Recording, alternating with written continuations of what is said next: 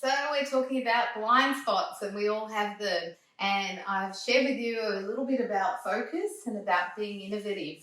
So the third blind spot that I want to share with you is influence. And plenty of people talk about influence and how can you influence. But in my experience in training people in sales over a number of years and in communicating and speaking, one of the things that I've learned is that you have to be really congruent with who you are.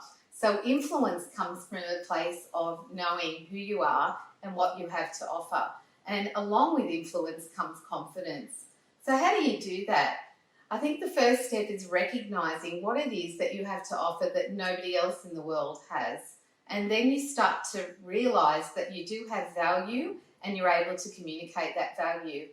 The second piece of influence is being able to articulate your value. And a lot of that comes down to your money mindset, how you think about yourself, what you think that you're worth in the market.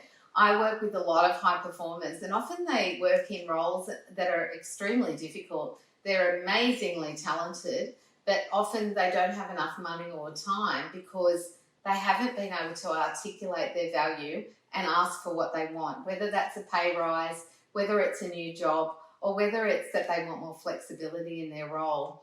And the other part of influence is being comfortable with selling. Most people aren't comfortable with selling, and they need to learn how to find a way to sell that's natural to them, because selling really is adding value to other people and people paying you for that value.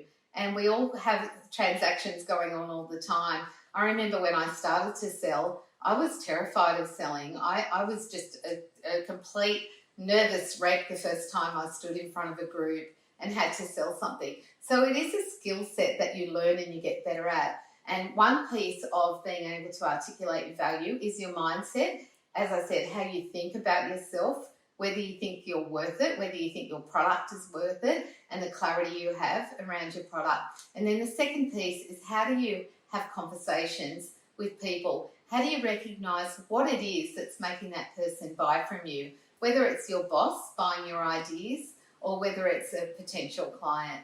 So influencing comes back to you and how you feel about yourself. And the more work that you do on the inside, the more that will reflect on the outside. And it's honestly a lifetime journey.